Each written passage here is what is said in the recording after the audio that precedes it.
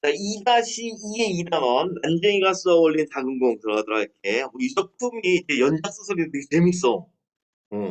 그래서 이렇게 단편 소설들이 쭉 묶여가지고 이렇게 전체적인 한 권이 만들어지거든. 그래서 요거 한 편씩 한 편씩 한 매주 이렇게 읽으면 되게 재밌게 읽을 수 있어. 여러분들도 시간 되면 방학 때 이럴 때 이용해가지고 좀 읽어보면 좋겠어.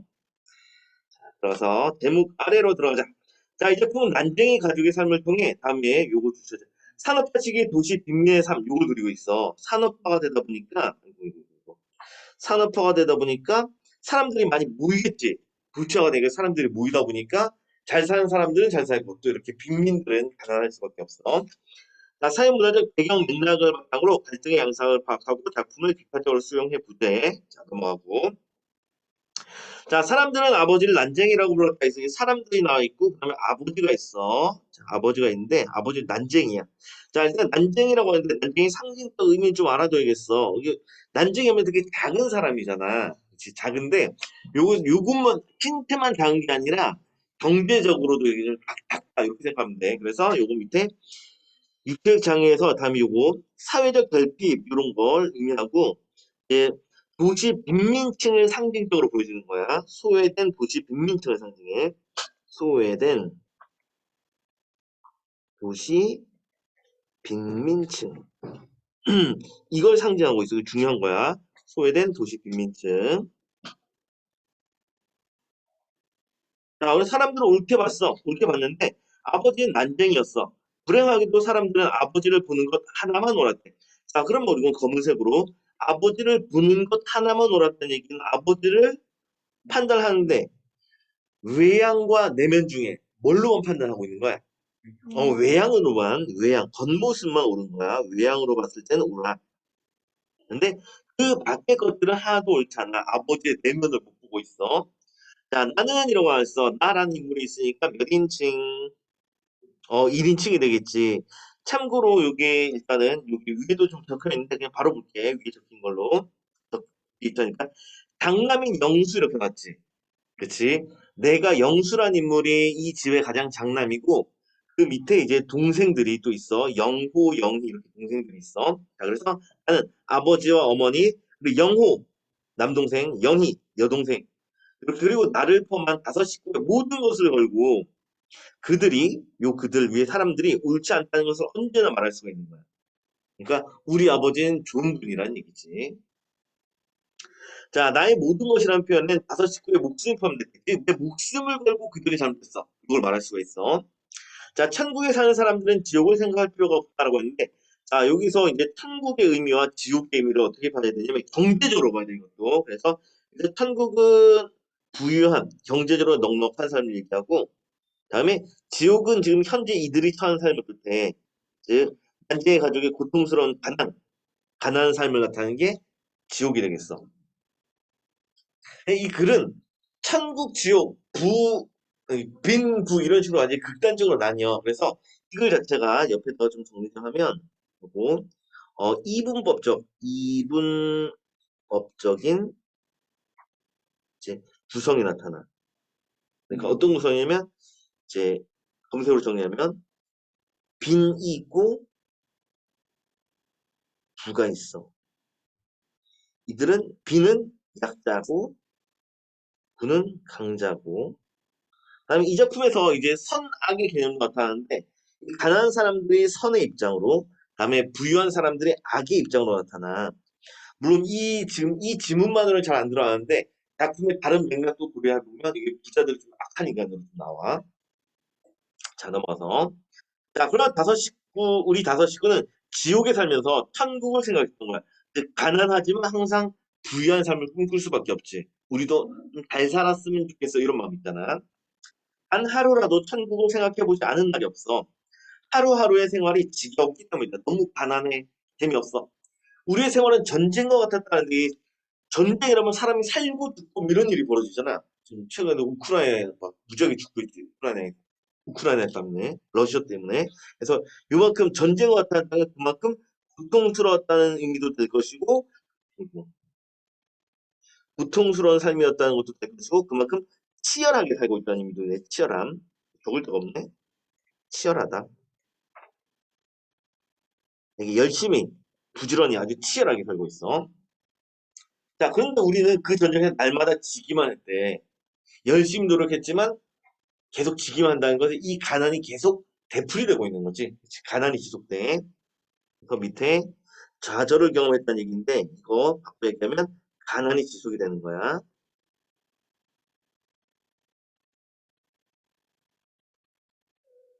자, 그런데도 어머니는 모든 것을 잘 참았어. 그러나 그날 아침 일만은 참기 어려웠던 것 같다라고 해서 도대체 그날 아침 일이 무엇인지 몰라. 그래서 이게 이제 어, 궁금한 내용이야. 그날 아침 일.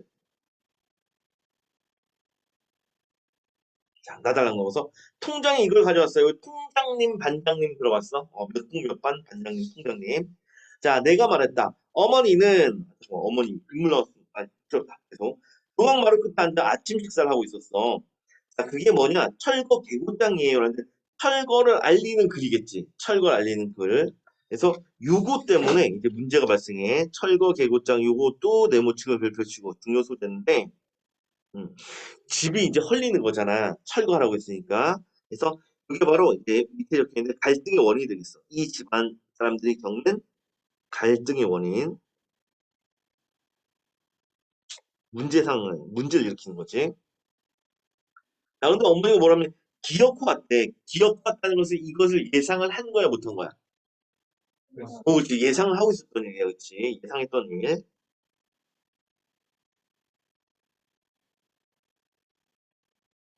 올 줄 알고 있었어. 자, 그리고 어머니가 말했고, 그러니까 집은 헐나는 거지. 우리가 꼭 하나 할 것 중에 하나가 이제 나온 셈이구나. 자, 어머니 식사를 중단했어. 자, 우리가 이 얘기 듣자마자 어머니가 식사를 중단했단 말이야. 어머니 심정 어떤 심정이겠어? 착잡하겠지, 그렇지. 자, 여기서 어머니 정서 탁, 한 심정일 것이고, 당연히 부정적 동서에 해당돼. 자, 나는 어머니의 밥상을 내려다봤어. 보리밥에 까만 된장, 그리고 식은 고추 2개, 조린 감자, 이런 것도 있잖아. 봐봐, 다시 봐. 보리밥이야. 선생님 보리밥 무지하게 싫어하거든. 까만 된장, 된장도 새까맣네. 고추도 시들었어. 거기 조린 감자. 먹고 싶으면 먹기 싫어. 그렇지. 선생님 이거 안 먹는다. 밥만 먹고 말겠다. 우리 밥 안 먹는다. 자, 그래서 우리 식사를 통해서 이게 밥상을 통해 가지고 이 가난한 집안 형편을 간접적으로 보여주고 있어.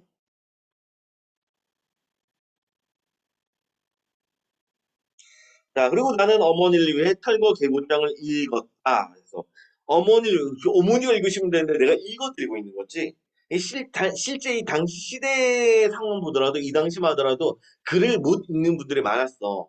그래서 문자를 모르는 사람들을 문맹이라고 불러. 문자맹이라 해서 문맹. 그래서 밑에 보면은 어머니가 문맹이기 때문에 이렇게 내가 읽어주고 있는 거야.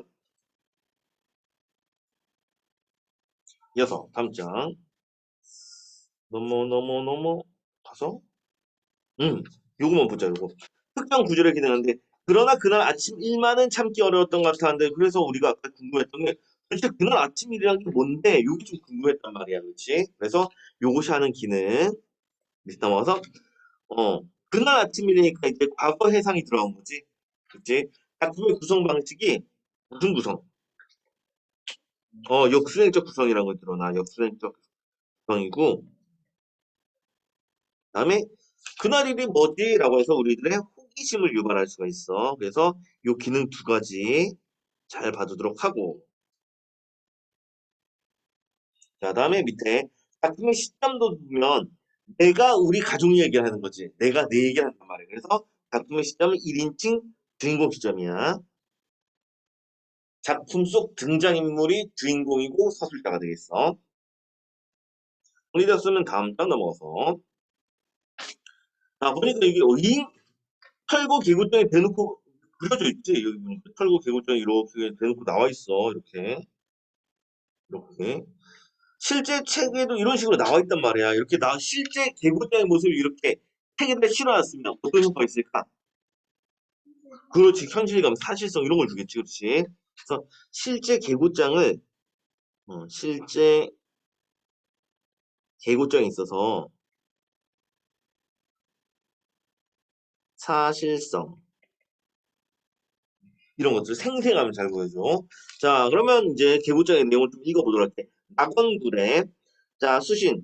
서울특별시 낙원구 행복동 46번지 삐리리 김부리 귀하라고 했는데, 자, 이 동네 보니까 되게 가난하지. 찢어지고 철거해야 되고 이런단 말이야. 진짜 낙원이고 행복하겠어? 아니잖아, 그렇지. 그러면 이 제목, 이거 되게 중요한 기능을 한단 말이야. 이 제목. 낙원구 행복동을 통해서 상대 표현기법은 뭐지? 다시. 요거 자체, 낙원구 행복동만 딱 떼놓고 봐봐. 낙원구 행복동만 딱 떼놓고 봤을 때 문제가 있어, 없어? 없지, 그렇지. 어, 그렇지, 반어법이네. 그래서 반어법이 사용된 제목에 해당되고, 이걸 통해서 동네 이름은 이런데 이들의 삶이 더 찢어지고 있단 말이야. 이들의 비참한 삶, 이 힘든 삶을 더욱 부각하는 거겠지. 그래서 작품의 비극성은 오히려 더욱 부각하는 역할을 해. 자, 그리고 김부리라는 인물이 있는데 이 집 세대주겠지. 이 집 세대주 누구지? 그렇지, 아버지, 그렇지. 아버지 난쟁이를 짓해. 아버지인 난쟁이가 김부리 씨야. 자, 그래서 다음 읽어보니까 자, 제목 재개발 사업 구역 및 고지대 철거 건물 철거 지시. 자, 귀화 소유 아래 표시 건물은 주택 개량 촉진에 관한 임시조치법에 따라 행복 제3구역 재개발 지구로 지정되어 서울특별시 주택 개량 재개발 사업 시행 조례 15조, 건축법 제5조 및 동법 제42조의 규정에 1970땡년 9월 30일까지 자진 철 것을 명합니다. 그래서 좀 기분 나쁘지. 명한다고 했으니까. 그치? 이 명령을 내리고 있어요. 좀 강압적인 느낌이 있어. 다음에 만일 유예 기일까지 자진 철거하지 않을 경우에는 행정대집행법 정하는 바에 의하여 강제 철거하고 그 비용은 귀하로부터 징수하겠습니다라고 해서 돈 너희들한테 뺏을 거야라고 얘기 또 강압적이야. 그래서 일단 요 내용 자체가 여기 나온 명합니다라는 내용, 그다음에 귀하로부터 징수하겠다는 내용 이런 걸 통해서 강압적으로 폭력적으로 지시하고 있다는 걸 알 수가 있어. 자, 그리고 밑에 철거 대상 건물 표시 서울특별시 나오고 행북동 땡땡땡땡땡 낙원구청장 끝 이렇게 나와 있어. 자, 내려갑시다 이제. 자, 어머니는 조각마루 끝에 앉아 말이 없는 거야. 할말 이러신 거지. 자, 벽돌 공장의 높은 굴뚝 그림자가 시멘트 담에서 꺾어지며 좁은 마당을 덮었다. 자, 요 구절 되게 중요한 구절이야. 잘 봐보자.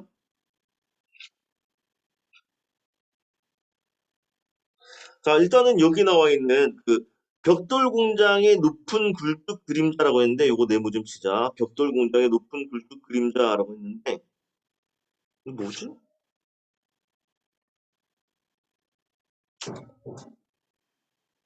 어디부터 된 거야? 여기부터네. 자, 벽돌 공장의 높은 굴뚝 그림자라고 했는데 일단 벽돌 공장 왜 자꾸 선이 왜 이래?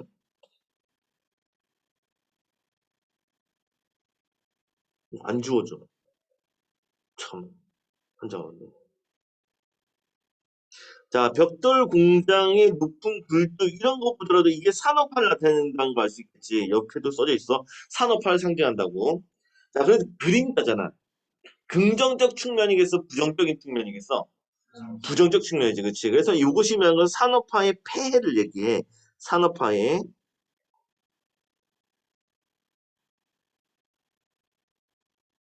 폐해. 부정적 측면이거든. 이것이 시멘트 담에서 꺾여주면 좋은 마당을 놓고 좋은 마당도 너무 이 마당 누구네 집이겠어? 그렇지. 난쟁이네 집이 되는 거지.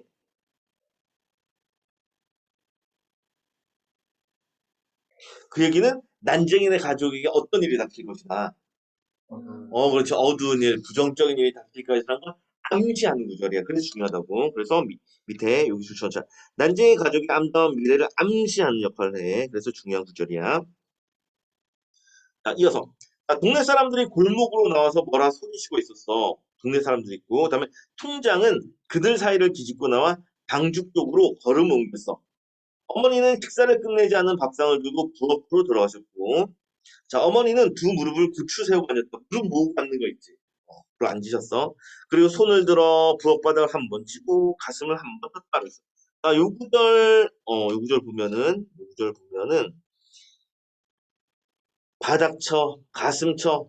밑에 보니까 절망감, 답답함 이거 잡을 수 있겠지? 절망적이다. 답답한 심정이다. 그래서 부정적인 정서를 잡을 수가 있어. 자, 그러면 우리 여기서 조금 더 나가서 이거 보니까 행동을 통해서 인물의 내면을 제시했단 말이야. 그치? 행동을 통해서 내면을 제시하면 이럴 때 무슨 제시? 그렇지. 간접 제시에 해당돼. 다른 말로 보여주기라고도 했지.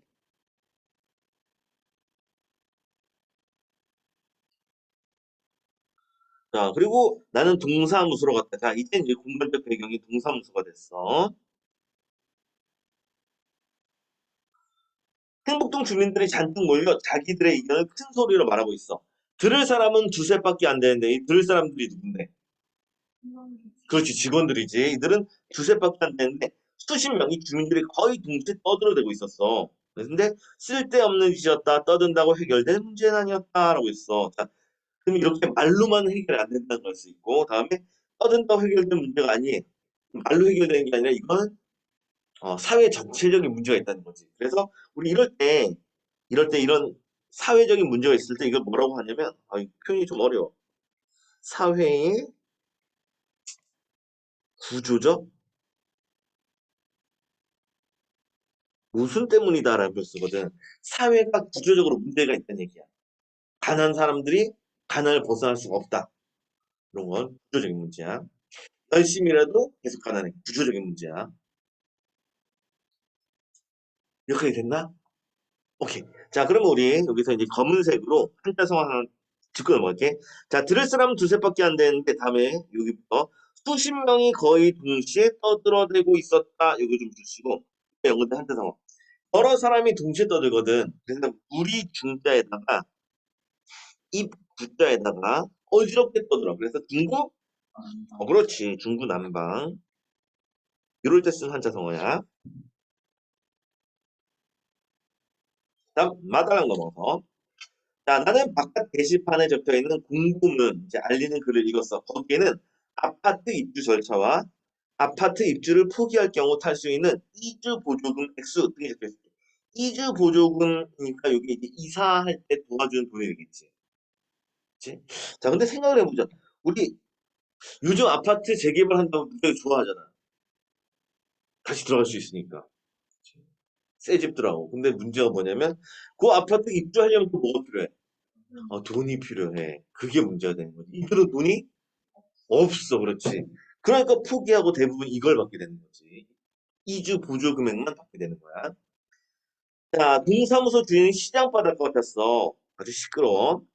주민들, 그다음에 아파트 거간꾼들이 한때 뒤엉켜 이리 몰리고 저리 몰리고 하고 있어. 자, 이거 거간꾼이라고 했는데 요게 뭐 하는 사람인지 뜻을 알아둬야 돼. 거간꾼. 그런데 거간꾼이 흥정을 붙여주는 사람 있지. 요걸 거간꾼이라고 얘기해. 사려는 사람과 팔려는 사람들의 흥정을 붙이는 사람.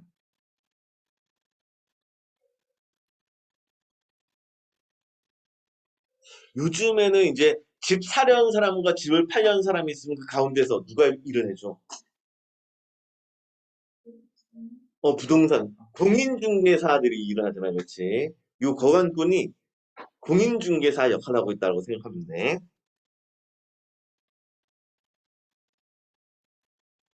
자, 다음 넘어갑시다. 넘어갔어.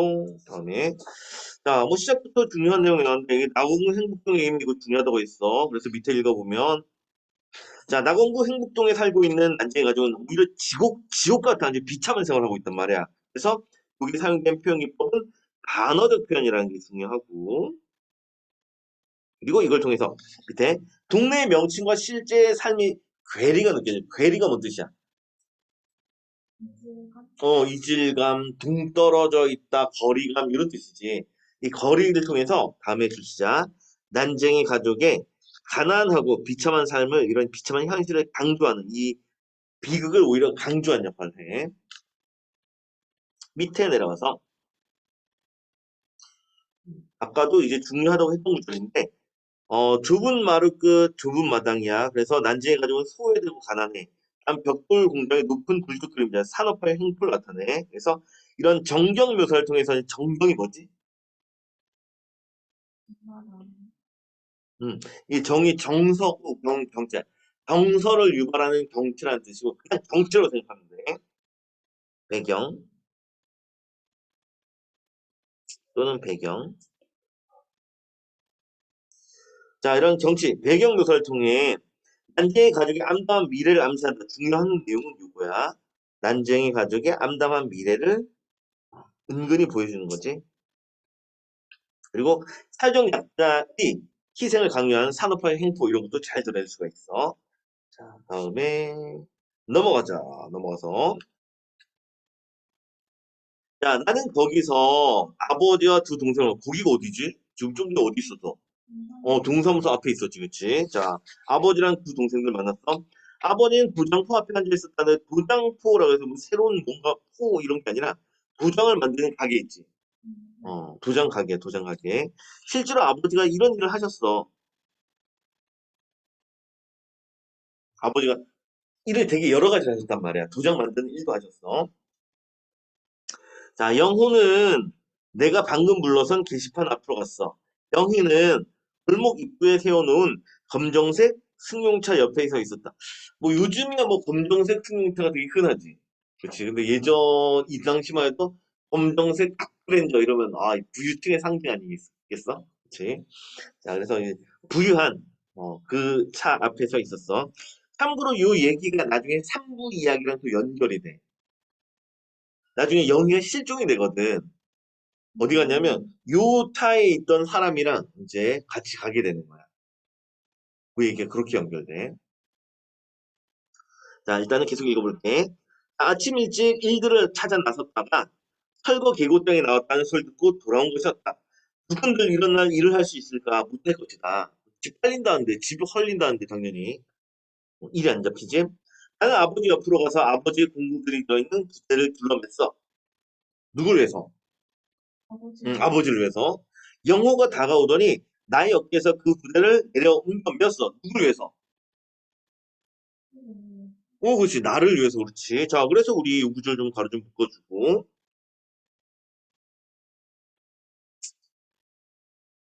자, 요 구절을 통해서 일단은 나는 효심이 있다는 걸 알 수 있지. 나의 효심. 그다음에 동생은 또 우애가 있네.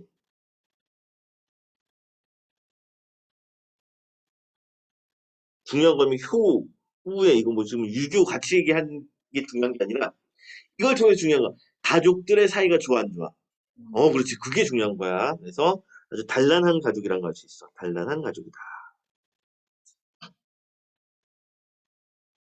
중요한 건 요거. 가족 사이가 좋다. 자, 나는 아주 자연스럽게 그것을 넘겨주면서 이쪽으로 걸어오는 영희를 봤어. 영희의 얼굴은 발갛게 상기되어 있었다. 얼굴도 이제 빨개졌어. 자, 몇 사람의 거강꾼들이 우리를 둘러싸고 아파트 입주권을 팔라고 했다. 팔면 돈이 되니까. 자, 아버지가 책을 읽고 있었다. 우리는 아버지가 책을 읽는 것을 처음 봤어. 표지를 쌌기 때문에 무슨 책을 읽는지도 알 수가 없었어. 영희가 허리를 굽혀 아버지의 손을 잡아 끌었다. 아버지는 우리들의 얼굴을 물끄러미 쳐다보더니 자리를 털고 일어났어. 자, 그때 난쟁이가 간다! 라고 처음 보는 사람들이 또 이야기를 하고 있어. 자, 넘어가서. 자, 어머니는 대문 기둥에 붙어있는 알루미늄 표타를 떼기 위해 식칼로 못을 뽑고 있었대. 알루미늄 표타라고 있는데 우리 요즘엔 집에 주소 같은 거 붙어있나? 잘안 붙어있구나. 다 아파트여가지고 이제. 주택들 보면은 주소 같은 거 붙어있나? 주택 일반 주택들 붙어있는 게 있지. 그치? 근데 이렇게 가건물 같은 경우에는 알루미늄 표찰로 이렇게 붙어 있었던 거야. 요걸 떼고 있어. 이거 왜 떼고 있는지 좀 이제 읽어보자. 자, 내가 식사를 받아 반대쪽 못을 뽑았어. 영호는 어머니와 내가 하는 일이 못마땅한 모양이었다. 그랬어. 자, 요거 영호가 못마땅하다고 했지. 근데 그런 모양이었다고 했거든. 자, 그래서 여기서는 일단 영호의 못마땅함이 드러나는데, 부정적 동사가 드러나는데, 모양이었다는 걸 추측한 거지. 그치? 부정적 정서를 추측했어. 직접 제시일까, 간접 제시일까? 그렇지, 간접 제시야. 추측 때문에 무조건 간접이야. 자, 그러나 마음에 드는 일이 우리에게 일어나 주기를 바랄 수는 없는 일이었어. 어머니는 무허가 건물 번호가 새겨진 이 알루미늄 표탈을 빨리 떼어 간직하지 않으면 나중에 괴로운 일이 생길 거라는 것을 알고 있었어. 이거 무슨 소리냐면 알루미늄 표탈을 간직을 해야지만 이 집에 살았다는 증거가 될 것이고 이 증거가 있어야지 뭘 받을 수 있어. 그렇지. 아파트 입주권 또는 이주 보조금을 받을 수가 있는 거지. 이게 필요한 거야. 그래서 이 괴론이라는 것은 무슨 소리지? 이 괴론이라는 것은 입주권 또는 나 이주 보조금을 받기 힘들어지는 일.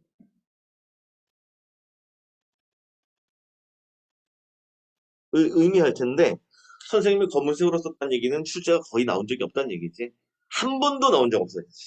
지금까지 한 번도 못 봤어. 어쨌든 개론이란 이런 일이야. 흐름상 이런 내용이겠거니 하고 인정만 하고 넘어가면 돼. 자, 어머니는 손바닥에 놓인 표타를 말없이 들여다보았다. 영희가 이번에는 어머니의 손을 잡아 끌었어. 너희들이 놀게 되지 않았어도 난 별 걱정을 안 했을 거다라고 했어. 놀게 되지 않았어라는 것은 예전엔 놀았어 안 놀았어? 안 놀았다는 얘기야. 이게 뭔 소리냐면 이것도 옆에다 검색을 정리해놓자. 여기 검색. 지금 이 작품 전체적으로는 안 나오는데 과거에는 얼마 전에는 여기는 이제 남매들이 아르바이트를 했어.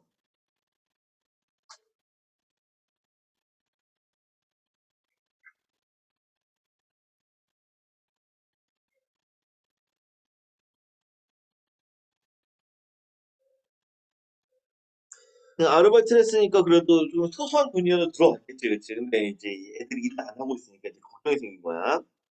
자, 어머니가 말했다. 20날 안에 무슨 뾰족 한 수가 생기겠니? 이제 하나하나 정리를 해야지. 뾰족한 수는 이제 없다는 얘기지.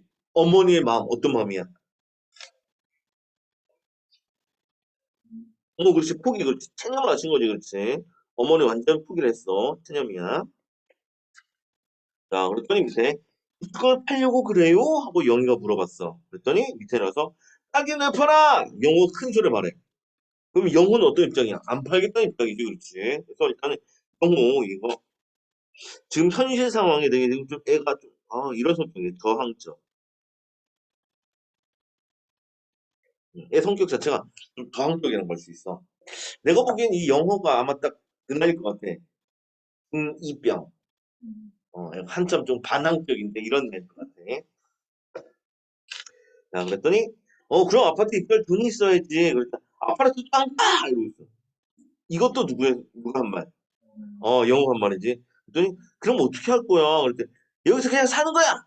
여기는 우리 집이다! 라고 또 영호가 얘기하는 거지. 전형적인 중이병. 심각하다.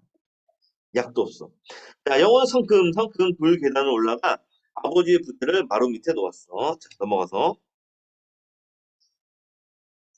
자, 일단은 나의 아버지를 난쟁이로 설정한 작가 의도라고 했는데 일단 중요한 건 난쟁이의 의미와 관련해서 중요한 거예요. 난쟁이 의미.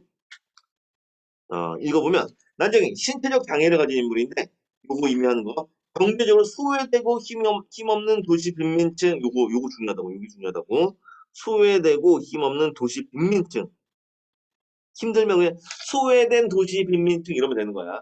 소외된 도시 빈민층. 자, 그래서 요걸 보여주게 한 거야. 욕을 보여주게 한 거라고. 그래서 밑에 읽어보면 작가는 나의 가족과 가족의 가난과 사회적 소외를 상징적, 그다음 압축적으로 보여주고 사회적 약자의 비극성을 강조하기 위해서 욕을 잘 강조해서 보여주기 위해서 아버지를 난쟁이로 표현한 거야. 자, 내려가서 그다음에 인물 태도였는데 어머니랑 영호가 정 대조됐지. 어머니와 그 다음에 영호가 대조적이야. 어머니는 현실을 순응하는데 영호는 저항적이고 반항적인 성격을 띠고 있어. 자, 아래 내려갔어. 자, 알루미늄 필터램이 무허가 건물 번호가 새겨진 표찰로 무허가 건물 이름을 표시하겠어. 그다음에 표찰이 없을 경우 아파트 입주권을 받을 수 없는 토지에 놓일 수도 있겠지. 다음 넘어서, 여기 다 됐다. 됐고, 다음 장 넘어갈게. 넘어서, 한 달 전만 해도 그런 이야기를 하는 사람이 있었다. 그런 이야기 어떤 이야기? 그런 이야기 어떤 이야기였어? 그렇지, 그렇지. 여기서 말하는 그런 이야기라는 것은 영호처럼 그냥 살겠다는 얘기지. 영호 같은 입장이야.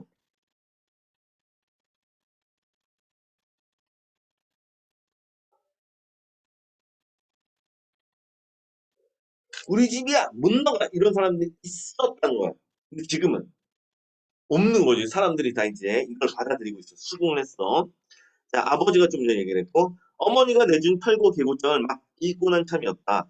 시에서 아파트를 지어놨다니까 얘긴 그걸로 끝난 거다. 그래서, 자, 그럼 아버지도 그게 끝난 거다. 라는 거. 아버지도 어떤 태도? 그렇죠. 아버지도 이제 체념이 돼 있는 거지. 그래서 아버지의 체념적 태도가 여기서 나타나.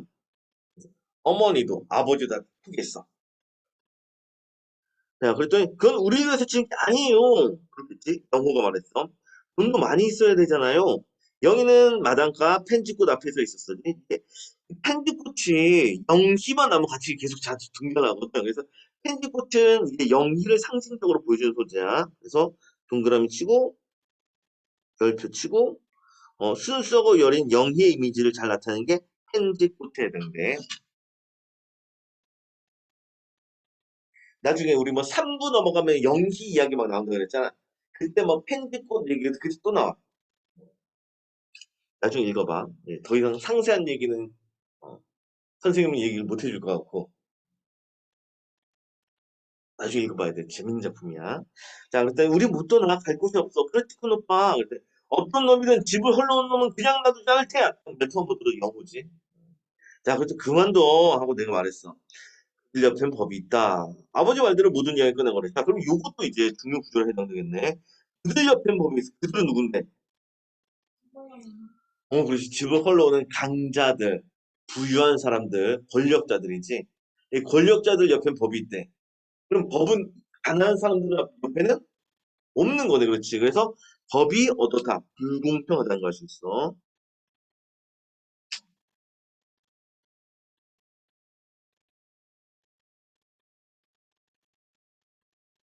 즉, 법은 강자, 권력자 편이야.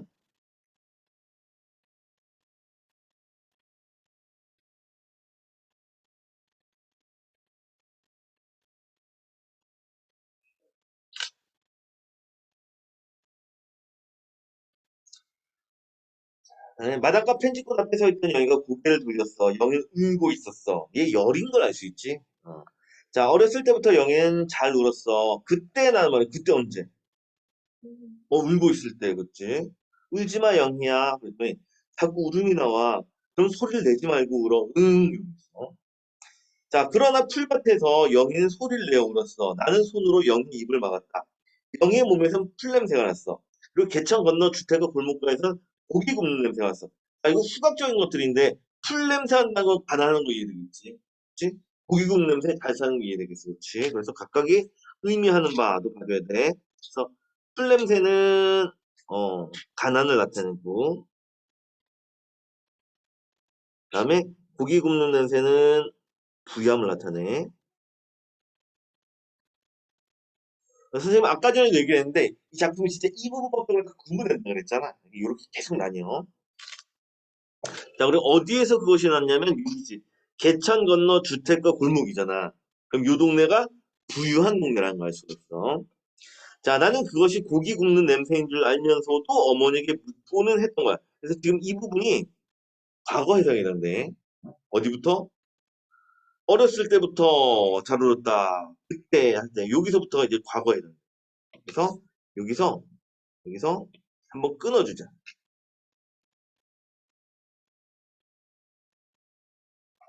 아이, 그래서 될 때가 있고 안 될 때가 있어. 이거.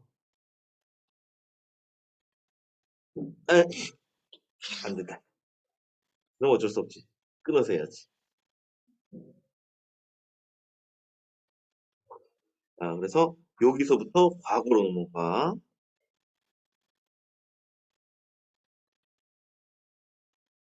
그럼 우리가 지금 이거 읽으면서 느끼는 게 현재였다가 과거로 갔다가 또 현재 됐다가 과거로 또 왔다 갔다 하는 것이 있지, 그렇지? 그래서 지금 이 작품의 구성이 과거와 현재가 과거와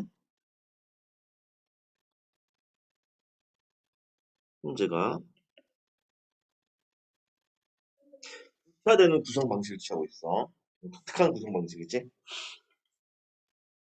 다음 넘어가서 계속 읽어볼게.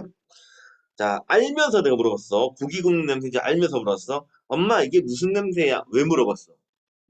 그렇지, 먹고 싶다는 뜻이지, 그렇지. 그래서 여기 밑에 먹고 싶다는 것을 우리 간접적으로 말하는 거지, 간접적으로. 그래서 이렇게 돌려서 말할 때, 우리 이럴 때 우회적 표현이라고 하지.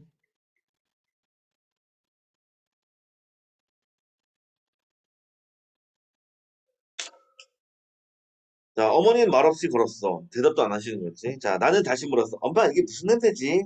그때 어머니는 나의 손을 잡았어. 어머니 걸음을 빨리 하면서 말하기를, 익은 냄새 난다. 우리도 나중에 해먹자. 나중에 언제? 더 나쁜 놈. 나중에 언제? 자, 빨리 가자. 이게 대답을 못 하시는 거지. 언젠지 대답을 못 하는 거야. 자, 어머니는 말했다. 들어 넘어가서, 여기, 펜지꽃의 의미로 넘어가자. 펜지꽃의 의미. 펜지꽃. 옷은 작고 순수하고 시들어 사라지거든. 그래서 이거 줄쳐놓자. 자, 영희는 펜지꽃처럼 순수하고 여린 존재인데, 그리고 나중에 펜지꽃이 시들을 듯 영희 운명동의 위험에 처하게 돼. 실제로 그래. 3부로 넘어가면 영희가 힘든 그런 상황에 처하게 돼.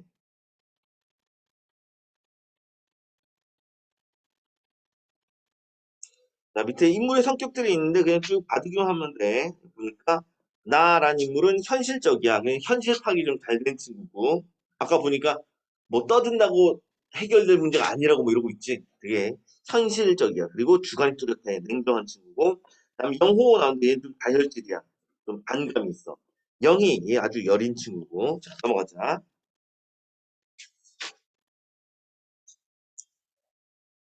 그래서 어머니께서 너도 공부를 열심히 하면 좋은 집에 살 수 있고 고기도 날마다 먹을 수 있단다. 뻥치시네. 선생님 공부 열심히 했는데 고기 날마다 못 먹고 있어. 고기를 못 먹은 지 너무 오래된 것 같아. 자, 어머니가 이렇게 변명을 했어. 그때 거짓말! 이라고 얘기를 했어. 자, 어머니 손을 뿌리치면서 내가 말했어. 그때 아버지 나쁜 사람이야! 라고 나쁜 자식. 아버지한테 이런 소리까지 했지. 자, 그래서 여기 보니까 그 아버지가 나쁘다는 게 진짜 우리 아픔을 맡을 때 아버지랑 사이가 좋잖아. 그치? 그래서 이게 진짜 나쁘다는 뜻이 아니라 도덕적이 아니라 이거 경제적으로 무능하다 이런 뜻이 있어. 경제적 무능으로 나쁘다 하고 있어. 자, 그랬더니 어머니가 우뚝 섰어. 너 방금 뭐라고 했니? 우리 아버지는 나쁜 사람이야. 넌 매주 맞아야겠구나. 아버지는 좋은 분이다. 나도 주머니가 달린 옷을 입고 싶어. 라고 했어. 자, 우리 생각해보자. 주머니가 달려있다는 뭔가 물건을 넣을 수 있는 옷이란 얘기지. 그럼 얘들은 주머니가 달린 옷이 없어. 뭔가 넣을 게 없다는 얘기야. 그렇지. 그래서 여기서 주머니가 달린 옷, 이것이 의미하는 것도 부유함을 뜻해. 경제적 풍요, 부유함을 나타내. 자, 그랬더니 어머니가 또 이제 대답 안 하고, 빨리 가자. 이러고 있어. 자, 엄마는 왜 우리들 옷에 주머니를 안 달아주지? 돈도 넣어주지 못하고 먹을 것도 넣어줄 게 없어서 그렇지? 너무 핵심을 콕콕 찌르는 거 아니야? 자, 아버지에 대해 말을 막 하면 너 맨날 줄 알아라. 근데 아버지는 악당도 못해. 악당은 돈이나 많지. 그게 나쁜 놈들이 돈이 많다는 얘기지. 그냥 돈 많으면 나쁜 놈이라는 얘기지. 그치? 그래서 요거 자체도 이제 나타나는 게 부유함. 이것은 곧 악함. 선악이 완전히 이제 구분이 되는 거야. 자, 아버지는 좋은 분이다. 알아. 사실 나도 알고 있어. 나는 말했다. 수백 번도 더 들었어. 그렇지만 이제 속잖아. 엄마, 큰오빠는 말을 안 들어. 고자질까지 했어. 영희는 부엌문 앞에 서서 말했다. 엄마 몰래 또 고기 냄새를 맡으러 갔을 때 나는 안 갔어. 어머니는 아무 말도 없어.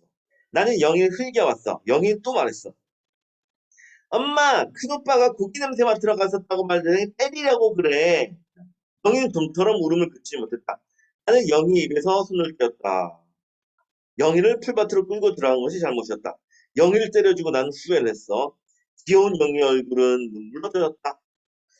우리는 그때 주머니 없는 옷을 입고 있었어. 자, 일단은 여기 주머니 없는 옷도 너무 드럽고, 가난함을 상징하지. 궁핍한 삶을 나타내.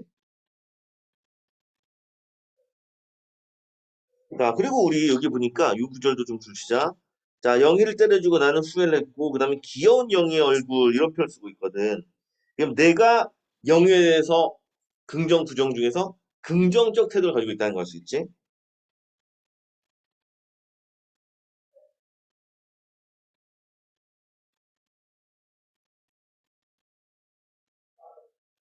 기본적으로 가족들 사이는 되게 좋은 편이야.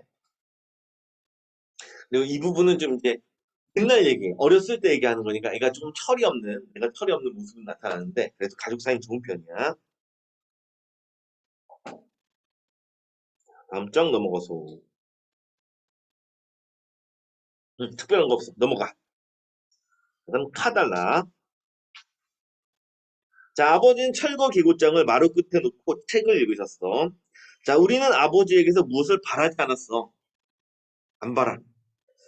자, 아버지는 그동안 충분히 일했어. 고생도 충분히 했어. 이걸 다 알고 있는 거야. 아버지만 고생을 한 것이 아니다. 아버지의 아버지, 아버지의 할아버지, 할아버지의 아버지, 그 아버지의 할아버지, 또 대대로 거슬러 올라간다. 그랬어. 자, 그럼 우리 요 구절도 쭉 주시죠. 쭉 주시고. 무슨 얘기를 했냐면, 아버지만 고생을 한 게 아니라 누가 또 고생을 한 거야. 조상들이 모두 고생을 한 거지. 그치, 조상들 모두 고생했어. 자, 그러면 우리 이걸 통해서 말하고자 하는 바.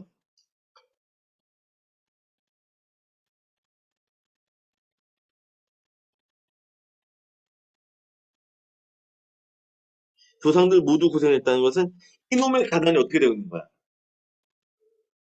그릇이 대물림 되고 있는 거지, 그렇지? 가난이 좋을 때가 있나? 있다. 대물림 돼. 즉 세습이 되고 있는 거지, 세습. 바꿔 얘기하면 가난도 세습되고 부유함도 세습이 되고 있겠지. 그렇지? 아까 그 검정색 승용차 있었지? 영희 앞에 있던 검정색 승용차. 그게 이제 부잣집 자식이야. 그래서 그들은 아버지보다 더 심한 고생을 했을 수도 있다. 나는 공장에서 이상한 매매 문서가 든 원고를 조판한 적이 있다라고 했는데 여기부터 또 다시 과거 얘기지. 여기서 다시 과거 얘기인데 내가 아르바이트 할 때 얘기해. 아르바이트.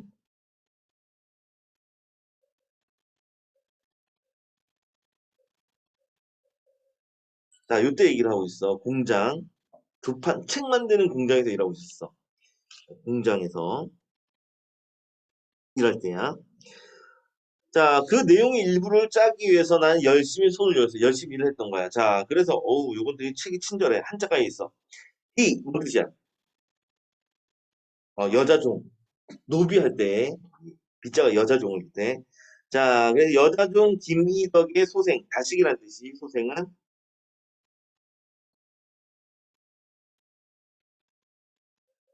그러니까 중요한 게 뭐냐면 이거야. 이거. 노비의 자식이야. 그랬더니 그것도 노비가 되는 거지. 여기서 노자는 남자종을 뜻해. 종의 자식은 종이야. 자, 그리고 금동 경인생, 경인정에 태어난 노비, 금동의 양터 소생, 노비, 김금희, 정묘생, 노비. 그래서 노비 자식들이 계속 노비가 되고 있다는 걸 나타내고 있어. 그래서 노비, 노비, 노비, 노비, 노비, 노비, 노비. 이름 중요하지 않아. 그냥 중요한 것은 노비 자식이 노비입니다. 요게 이제 중요한 거야. 그래서 김씨 집안 자식들이 계속 노비로 이제 계속 세습되고 있다는 게 드러났어. 그치? 그래서 넘어서 나는 그때 이것이 뭔지 몰랐던 거야. 그때는 몰랐어. 자, 그 판을 짜고 다음 판을 짜 나가다가 겨우 알게 됐어. 노비 매매 문서의 한 부분이었다는 걸 알게 됐어. 나는 열흘 동안 같은 책을 이제 계속 짜고 있었던 거지. 그 열흘 동안 나는 아버지와 아무 말도 하지 않았어. 왜일까? 이 문서, 이 지금 김씨 집안 거지. 아까 전에 아버지 성씨가 아빠 이름 뭐였더라? 이 난정이 이름 뭐였더라? 김불이잖아. 뭐가 느껴져? 이 집안이 노비 집안이었던 거야. 그래서 아빠한테 그 얘기를 참 못했던 거지. 자, 그래서 아버지가 아무 말도 못했어. 그 집안, 나의 집안과 관련된 노비 문서였던 거야.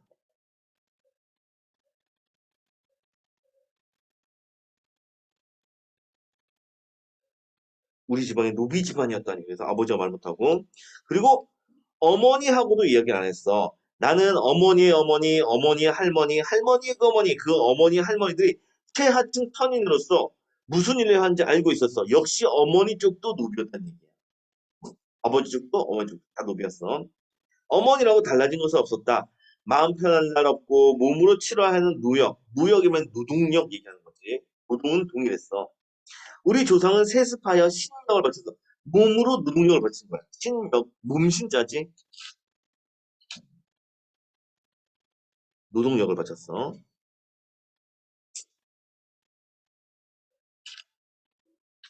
자, 우리 조상은 상속, 매매, 기증, 공출의 대상이었던 거야. 즉, 재산과 같은 취급을 받았던 거지. 재물 같은 존재였던 거야. 자, 어느 어머니는 나에게 말했다. 너희들은 엄마를 잘못 둬이 고생이다. 아버지하고는 상관이 없단다. 라고 얘기했지만 사실이야? 아니지. 아버지, 어머니 모두 관련 있었던 거야. 자, 어머니는 장남인 나에게만 말했다.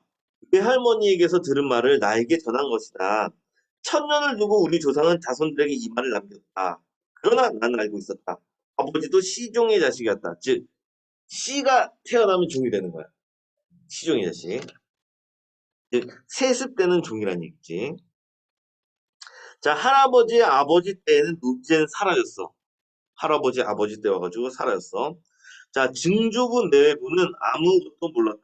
할아버지, 아버지니까 증조부인 거 이해되겠지. 아무것도 몰랐어. 나중에서야 해방을 맞았다는 것을 알았으나 두 분이 한 말은 오히려 저희들을 내쫓지 마십시오 였던 거야. 즉 자신의 신분에서 벗어나지 못한 거지. 자, 근데 할아버지는 달랐어. 할아버지는 유습, 아주 이렇게 이어져 내려온 나쁜 관습에서 벗어나려고 했다. 늙은 주인은 할아버지에게 집과 땅을 주었어. 어우, 되게 좋네. 그렇지? 이제 하인에서 벗어나 하면서 집과 땅을 준 거야. 그러나 쓸데없는 일이었다. 모르는 면에서는 할아버지나 증조부나 똑같았던 거야. 증조부 때까지는 선조들이 살아온 경험이 도움이 되었어. 어떤 경험이었는데? 노비를 하는 게 도움이 됐던 거야. 그런데 할아버지 때에서는 그것이 도움을 못 준 거야. 이 노비만 할 줄 알았는데 이걸로 뭔가 할 수 있는 게 이제 없어. 그래서 할아버지에게는 어떤 교육도 없었고 경험도 없었어. 그래서 결국 증조와 땅을 잃게 된다. 그래서 다시 가난하게 된 거지. 그래서 여기에서는 이제 할아버지 때 얘기해서 이제 우리 신경 쓸 것은 요 구절. 어, 교육과 경험이 없으면 또 이걸 통해서 또 경제적 불평등이 또 이어질 수 있다. 요즘이 좀 그렇지.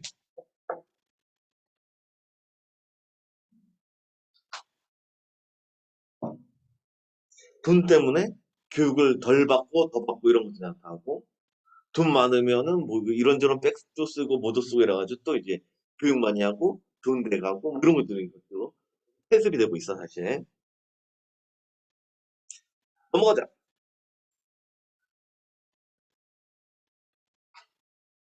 저 밑에 읽어보면 나의 가문에 내려 그랬는데 쭉 이렇게 넘어가서 어쨌든 중요한 게 친과 외가 모두 대대로 노비였고 그다음에 우리 하나는 조상부터 지금까지 계속 이어지고 있다는 특징이 있어. 가난이 세습되고 해. 가난이 세습되고 있다. 물림되고 있다.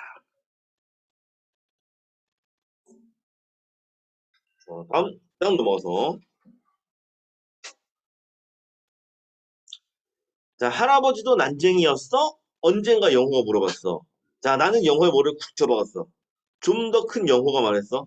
왜 지난 일처럼 쉬쉬하는 거야? 변한 것이 없는데 우습지도 않아? 여전히 가능하다. 자, 근데 나는 가만히 있어. 예전에는 머리를 쥐어박기로 했는데 이제는 가만히 있고 있어. 파달라. 자, 영희는 손수건을 꺼내 두 눈에 대었다 뗐어. 눈물 닦고 있는 거지. 아버지는 계속 책을 읽었다. 어머니는 뒷집 명희 어머니와 이야기하고 있어. 명희 어머니라는 새로운 인물이 나오는데 동그라미 치고. 명희는 나라는 인물과 친구 관계야. 친구 관계였어. 관계였다고 표현한 이유는 죽었어. 그래서 보면 자, 얼마에 파셨어요? 일단 17만 원 받았어요. 이게 입주권 얘기하는 거야. 자, 그럼 시에서 주겠다는 이주 보조금보다 얼마 더 받은 셈이죠? 2만 원 더 받았네요. 그래서 그러니까 입주권을 받느냐, 이주 보조금을 받느냐인데 입주권을 파는 게 더 이익이라는 얘기지. 조금 더 받아. 자, 그래서 2만 더 받았어. 영희에도 어차피 아파트로 못 갈 거 아니에요. 돈이 없으니까. 자, 돈이 무슨 돈이 있다고? 자, 분양 아파트는 58만 원이고 임대 아파트는 30만 원이래요. 거기다 어느 쪽으로 가든 매달 15,000원씩 내야 된대요. 그래, 입주권들을 다들 팔고 있나요? 네? 영인에도 서두르세요. 그런 얘기는. 다른 사람들도 팔고 있다는 얘기지. 그치? 그냥 마을 사람들이 전부 다 가능하다는 걸 드러나. 자, 어머니는 괴로운 얼굴로 서 있었어. 자, 뒷부분 줄거리. 행복동 주민들 대부분은 투기업자에게 입주권을 팔고 동네를 떠나버렸어. 실제로 지금 거의 다 떠났어. 자, 아파트에 입주할 능력이 안 되는 나의 가족들 역시 다른 이웃들처럼 입주권을 팔았어. 우리도 팔았어. 그렇지만 전세금을 빼내느라 영희네에게 빌린 돈을 갚고 나니 남는 것이 또 오히려 거의 없어. 자, 그런데 이사하기 전날 다음에 영희 아버지가 사라졌어. 자, 이후 영희는 영희와 관련된 화려한 얘기, 삼부장 얘기 여기 나와. 영희 나오는데 자기네 집 입주권을 산 남자가 있었는데 그 남자를 따라갔다가 그 남자의 집에서 동 입주권을 훔쳐서 어, 예, 금고가 있는데 금고에서 쓱 이렇게 가지고 훔쳤어. 내 집 찾겠다 이런 생각으로 훔쳤어.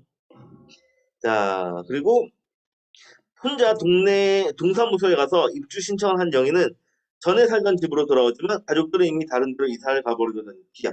아버지가 아버지 얘기 다음 나와. 영희는 동네 아주머니로부터 아버지가 그동안 일하던 벽돌 공장 굴뚝에 올라갔다가 죽었다는 소식을 전해 듣는다. 그래서 그 자체가 되게 비극적인 결말이 나타나. 그래서 요 가운데 얘기들도 되게 이제 얘기 재밌는 얘기 많이 있으니까 이건 반드시 읽어보는 걸로. 자, 뒤로 넘어가서 음, 음. 자, 요거 매우 중요하다. 이거 제목과 관련된 거. 이렇게 좀 치고. 자, 아까 난쟁이면 계속 같이 세 번째 본다. 신체적 장애, 사회적 약자, 간단한 기증 이런 것들 나타내. 신체적으로도 육체적으로, 육체적, 정신적은 아니구나. 어, 경제적으로 약자를 뜻해. 다음에 쏘아 올렸다라고 했는데, 쏘아 올렸어. 다음에 작은 공의 의미, 꿈과 소망이야. 그래서 뿅 쏘았는데 쏘면 다시 나중에 어떻게 됐어, 꿈은? 떨어지게 마련이거든. 그래서 이제 요 제목 자체가 꿈과 소망을 나타내지만 또 필연적인 절망과 좌절을 나타내기도 해. 자, 밑에 정리된 거 되게 중요한 내용이 많아. 자, 일단 제목 자체는 되게 동화적이고 아름다운 느낌이지. 난쟁이 하면 우리 떠오르는 동화 있잖아. 그렇지, 일곱 난쟁이, 백설공주 얘기 떠오르거든. 그래서 동화적이고 아름다운 느낌의 제목인데, 작품 속에 나타난 절망적 현실, 약자의 비참한 삶과 대비가 되잖아. 그치? 그래서 요것과 이런 제목이 이런 비참한 삶과 대비가 돼. 대비가 돼. 그래서 결국 어떤 효과가 있냐면 산업화 사회의 부정적 현실을 부각하는 부정적 현실 부각 또는 비참한 부각 또는 비극성 부각 이런 내용 들어가면 같은 내용이야. 자, 그리고 밑에 꿈과 소망을 이루지 못한 난징의 좌절을 암시적으로 보여주는 거죠. 언젠간 떨어질 거니까. 암시하는 기능이 있어. 그리고 요 부충 부분 좀 읽어보면 아버지가 종이 비행기를 날리러 이제 자꾸 벽돌 공장 굴쪽으로 올라가거든. 달을 향해서 자꾸 날려. 자, 그래서 종이 비행기를 날리는데 하늘을 향해서 날리는 거예요. 달을 향해서. 지금 공이랑 비슷하지? 그치? 그래서 밑에 후력단 부분에는 아버지가 벽돌 공장의 높은 굴뚝 꼭대기에 올라가 종이 비행기를 날리는 장면이 포함되어 있다. 아버지는 달을 향해 종이 비행기를 날리는데 라고 했어. 그래서 여기서 달이라는 것은 여길 향하고 있으니까 이건 지향점, 즉 이상향이 되겠어. 현실과 대비된 이상향이고 그다음에 종이 비행기라고 하는데 이 종이 비행기가 바로 그것을 향해 날리는 꿈, 소망을 나타내.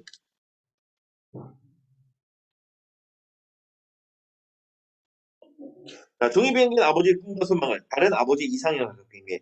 자, 하지만 종이비행기는 결코 달에 다다를 수가 없단 말이야. 꿈처럼.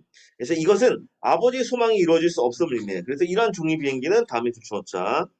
그래서 종이비행기는 작은 꿈과 의미가 서로 통하는 그런 소재가 되겠어. 똑같은 기능을 해. 넘어가서 활동하고 시작. 응. 과정 끝내버리지 뭐. 어? 자, 1번. 이 작품을 감상하고 작품에서 구분한 공간의 차이를 상징적으로 나타낸 표현, 그다음 의미를 정리해보되 공간, 철거민 주거지가 있고 개천 건너 주택가가 있어.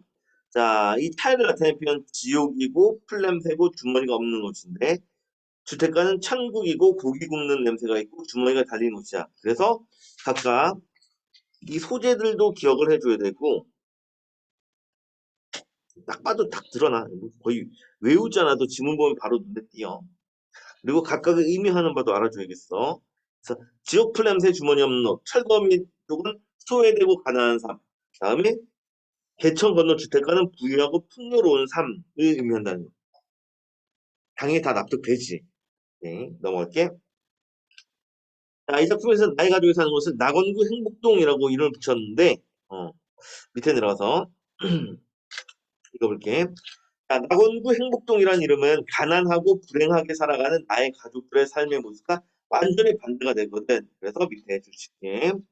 자, 이런 반어적 표현을 활용하여 나의 가족의 빈곤하고 참혹한 삶을 강조할 수 있어. 그리고 현실의 부조리한 모습을 부각하고 비판할 수가 있어. 그래서 이돈 요게 되는 거지. 어, 기억해둘 거. 나의 빈곤하고 참혹한 삶을 강조한다. 비극성을 강조한다. 다음에 현실의 부조리함을 비판한다. 부각한다. 3번 들어가자. 자, 다음은 이 작품의 내용과 관련하여 두 학생이 대화한 내용이다. 두 학생의 의견을 참고하여 작품을 비판적으로 감상하고 비교해보자. 자, 먼저 남학생. 자, 나는 이 작품을 읽고 고민이 많았어. 철거 개고장을 받은 후 아버지와 어머니의 태도가 현실에 체험하는 모습이었어. 꼭 그래야 했을까? 다음에 여학생. 난 생각이 조금 달라. 아버지와 어머니를 비판할 수 있을까? 난쟁이 가족이 힘만으로 극복하기 어려운 문제로 보여. 이런 이제 일반 서민들로 해결은 안 되고 사회가 뒤바뀌어야 된다는 얘기네. 자, 됐으면 넘어갈게. 자, 이건 이제 이거만 보면 되겠어. 자, 난 작품을 감상하면서 흥북동 주민들에게 입주권을 사기 위해 몰려든 아파트 거강꾼들의 모습에 씁쓸함을 느꼈어. 이들은 대부분 투기업자들로 아파트에 입주할 돈이 없는 철거민들에게 입주권을 매수하여 추후에 더 많은 차익을 내려는 목적으로 몰려든 것이었다. 실제로 엄청 비싸게 팔아먹어. 10배 가까이 팔아먹거든. 자, 투기업자들의 모습은 삶의 터전을 빼앗기는 사람들의 어려운 상황을 이용하여 쉽게 경제적 이익을 취하려는 것처럼 보여 부정적으로 느꼈어. 도시 재개발은 정부에서 추진하는 일이기 때문에 몇몇 개인의 힘으로 해결할 수 있는 문제가 아닐 것이다. 따라서 이주 보조금에 대한 정부의 현실적인 지원이 필요하다고 생각한다. 동시에 사회 구성원들이 투기업자들처럼 자신의 이익만을 생각하는 것이 아니라 타인의 처지에 공감하고 배려하는 성숙한 태도를 갖춰야 한다고 생각한다라고 이렇게 생각할 수도 있다 하고 넘어가면 돼. 이거만 보면 돼. 자, 다음 넘어서 4번 문제 넘어갈게. 자, 다음은 이 작품이 발표된 1970년대 상황을 다룬 기사의 일부야. 이 글을 읽고 당시에 이 작품을 쓴 의도, 그다음에 이 작품 관련된 오늘날의 문제, 이건 봐야겠지. 이건 중요 구절.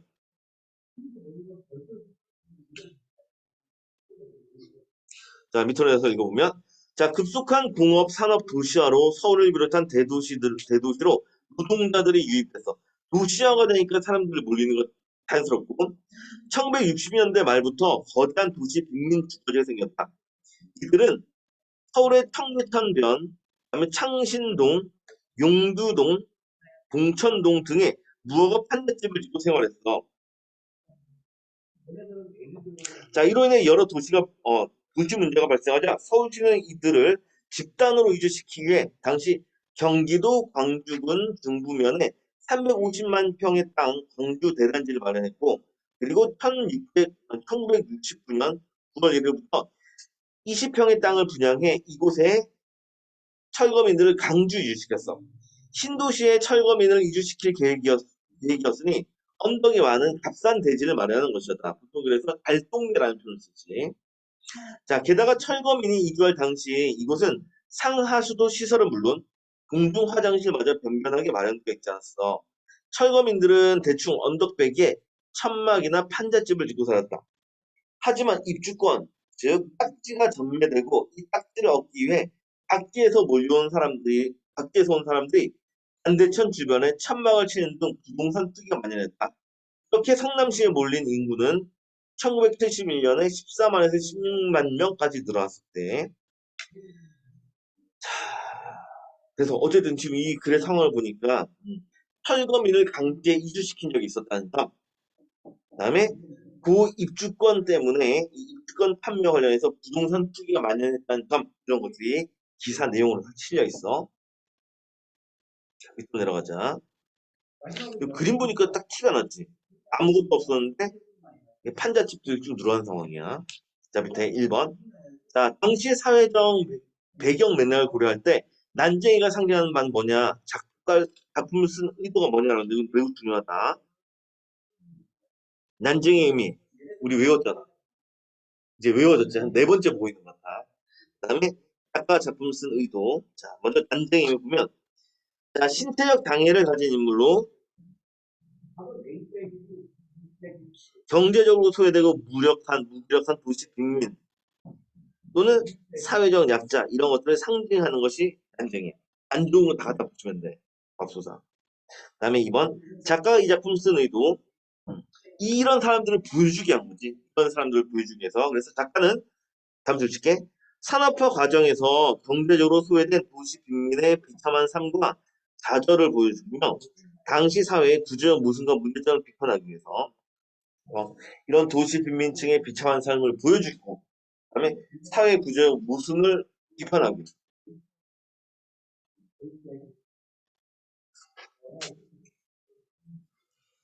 자, 그럼 이번 요것도 좀 읽어보면 돼. 자, 오늘날에는 이 작품을 어떤 문제와 관련이 지을 수 있을지 최근 보도된 신문 기사나 텔레비전 뉴스 등에서 찾아 발표해보자.